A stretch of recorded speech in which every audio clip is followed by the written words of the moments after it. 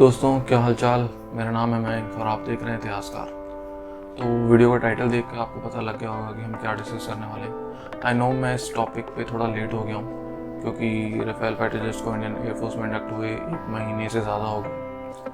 पर ये video MMRCA deal या इंडियन राफेल से रिलेटेड नहीं है। मैं भी चाहता तो काफ़ी जल्दी या उसी टाइम आपको एक राफेल की बेसिक हिस्ट्री या बेसिक इन्फॉर्मेशन दे सकता था, पर मैंने सोचा कि हम एक पूरे राफेल प्रोग्राम के बारे में बात करेंगे। प्रोग्राम कब शुरू हुआ, क्यों शुरू हुआ, और राफेल बनाने वाली कंपनी डसॉल्ट एविएशन की हिस्ट्री के बारे में भी थोड़ी सी बात करेंगे। So without wasting any time let's get straight into the video.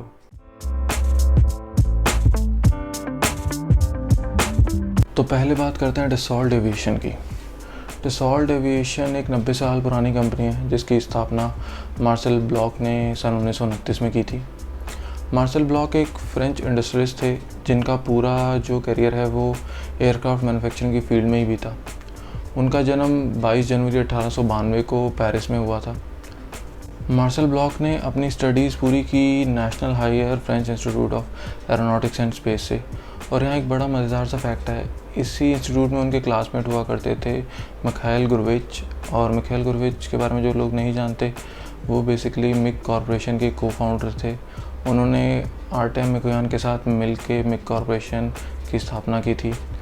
और मिग कॉरपोरेशन यानी कि मिकोयान, गुरविच और मिग कॉरपोरेशन के बारे में हम सब जानते हैं। उनका legendary MiG-21 fighter Indian air force में MiG-21, 23, 25, 27 और 29 सब ने अपनी सर्विस दी है। और MiG-21 और MiG-29 तो अभी भी एक्टिव सर्विस में है।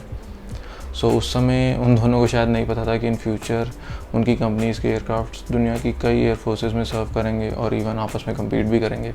अब बात करते हैं मार्सेल ब्लॉक की। मार्सेल ब्लॉक वर्ल्ड वॉर 1 के टाइम में एक फ्रेंच एरोनॉटिकल रिसर्च लैब में काम कर रहे थे। यहाँ काम करते हुए उन्होंने एक डिफरेंट टाइप के एयरक्राफ्ट प्रोपेलर को इन्वेंट किया। इस प्रोपेलर को वर्ल्ड वॉर 1 में ही फ्रेंच आर्मी ने यूज़ भी करा था। इसके बाद 1916 में अपने 2 दोस्तों के साथ मिलकर हेनरी पोर्टेस और लुइस कोरोलर के साथ उन्होंने एक कंपनी की स्थापना की जिसका नाम उन्होंने रखा एरोनॉटिकल स्टडी सोसाइटी। इसके बाद 1928 में मार्सेल ब्लॉक ने अपनी खुद की कंपनी ब्लॉक एयरक्राफ्ट कंपनी की स्थापना की। इस कंपनी ने 1930 में अपना पहला एयरक्राफ्ट बनाया। इसके बाद हेनरी पोर्टेस के साथ मिलकर 1935 में उन्होंने एक बॉर्डरलेस एयरलाइन कंपनी को ख़रीद लिया। 1936 में इस कंपनी का नेशनलाइजेशन हो गया। फिर टाइम आया वर्ल्ड वॉर 2 का।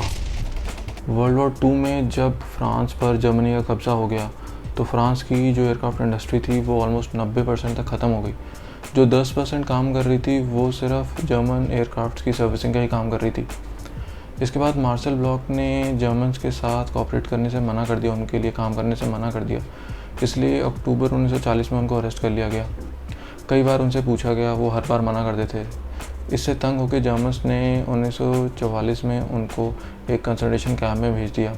यहाँ उन्हें मारा गया, पीटा गया, भूखा रखा गया, कई तरीके की यातनाएं दी गई। ब्लॉक आज़ाद हुए जब 11 अप्रैल 1945 को उस कंसंट्रेशन कैंप को ही आज़ाद करा लिया गया। इसके बाद जब वो पेरिस आए तो उनकी हालत इतनी ख़राब थी कि वो ठीक से चल भी नहीं पा रहे थे। डॉक्टर्स ने उन्हें सलाह दी कि वो अपना काम वाम बिल्कुल बंद कर दें और आराम करें, क्योंकि उनको लग रहा था कि वो रिकवर नहीं कर पाएंगे। बट मार्सेल ब्लॉक शायद मानने वाले नहीं थे। उन्होंने अपनी कंपनी को दोबारा से खड़ा किया। 1945 में उन्होंने अपने सरनेम में ब्लॉक के साथ साथ डसॉल्ट भी ऐड कर दिया। मार्सेल ब्लॉक डसॉल्ट हो गया। और 1949 में उन्होंने ब्लॉक बिल्कुल हटा दिया और उनका नाम हो गया Marcel Dassault. Block basically Jewish थे, उनके पेरेंट्स ज्यूइश थे, तो शायद इस वजह से उन्होंने उस सरनेम को हटा दिया था। दोस्तों पूरी कहानी हो गई, बट अभी तक डसॉल्ट का मतलब नहीं बताया, मुझे माफ़ करना। डसॉल्ट का बेसिकली कोई डायरेक्ट मीनिंग नहीं है, मतलब ये कोई डायरेक्ट ऐसा फ्रेंच वर्ड नहीं है इसका कोई मीनिंग निकलता हो। जो मार्सेल ब्लॉक के ब्रदर थे वो आर्मी में थे और उनके कलीग्स उनको डसॉल्ट बुलाते थे। डसॉल्ट वर्ड जो है वो डिराइव हुआ है एक फ्रेंच वर्ड से शार डे सॉल्ट। मैं शायद प्रोनाउंस उसको गलत कर रहा हूँ, इसलिए मैं स्क्रीन पे वो वर्ड शो कर दूँगा। शार डे सॉल्ट का मतलब होता है बैटल टैंक, और इसी वर्ड को प्रोनाउंस करते करते वो डसॉल्ट बन गया। तो आप कह सकते हैं कि इनडायरेक्टली डसॉल्ट का मतलब होता है टैंक। अब बात करते हैं डसॉल्ट एविएशन के एयरक्राफ्ट्स के बारे में। इंडियन एयरफोर्स ने भी राफेल से पहले डसॉल्ट के 2 एयरक्राफ्ट को यूज़ किया। एक था डसॉल्ट मिस्टियर और दूसरा वो अभी भी यूज़ कर रहे हैं मिराज 2000। डसॉल्ट एविएशन की मिराज सीरीज़ काफ़ी ज़्यादा फेमस रही है, पूरी दुनिया की कई एयर फोर्सेस ने उन्हें यूज़ किया है, स्पेशली मिराज F1, मिराज 2000 और मिराज 5, जो कि आज भी कई एयर फोर्सेस यूज़ करती हैं। इसके अलावा प्राइवेट बिजनेस जेट्स कैटेगरी में भी उनकी फैल्कन सीरीज़ काफ़ी ज़्यादा फेमस है। अब बात करते हैं राफेल प्रोग्राम की। 1970 के दशक में कोल्ड वॉर अपने पीक पे था। उस समय यूरोप में एक नई जनरेशन फाइटर की डिमांड हुई, क्योंकि इंग्लैंड के जगुआर्स जो हैं वो पुराने होते जा रहे थे।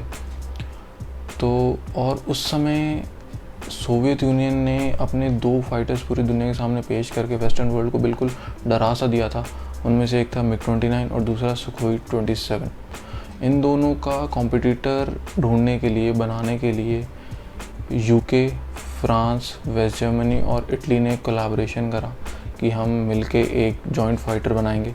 बाद में स्पेन ने भी इन्हें ज्वाइन किया। तो उसके बाद UK, Italy, France, West Germany और स्पेन के बीच में नेगोशिएशन स्टार्ट हुई, बातचीत स्टार्ट हुई।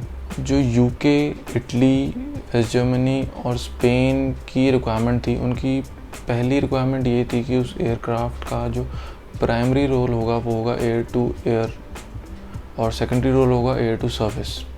बट फ्रांस का जो रिक्वायरमेंट था वो उसके अपोजिट था। वो चाहते थे कि एयरक्राफ्ट का प्राइमरी रोल हो air to surface defence and then air to air, और दूसरा फ्रांस इस एयरक्राफ्ट को अपनी नेवी के लिए भी यूज़ करना चाहता था। तो वो चाहते थे कि इस कोलैबोरेशन में उनको एक मेजर रोल दिया जाए, उनको एक प्राइमरी रोल दिया जाए।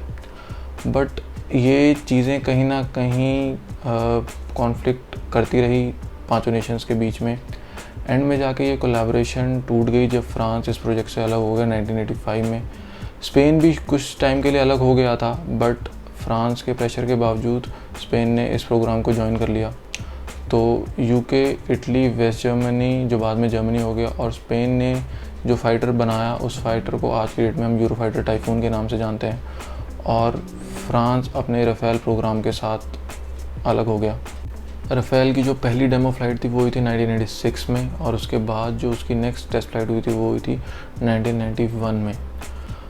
ईयर 2000 में फ्रेंच नेवल एविएशन को 2 राफेल्स की डिलीवरी मिल गई थी। इसके बाद फ्रेंच एयरफोर्स को राफेल्स डिलीवर किए गए। 2002 में पहली बार राफेल को किसी कॉम्बैट जोन में डिप्लॉय किया गया, अफ़गानिस्तान में जब उसकी डिप्लॉयमेंट हुई थी।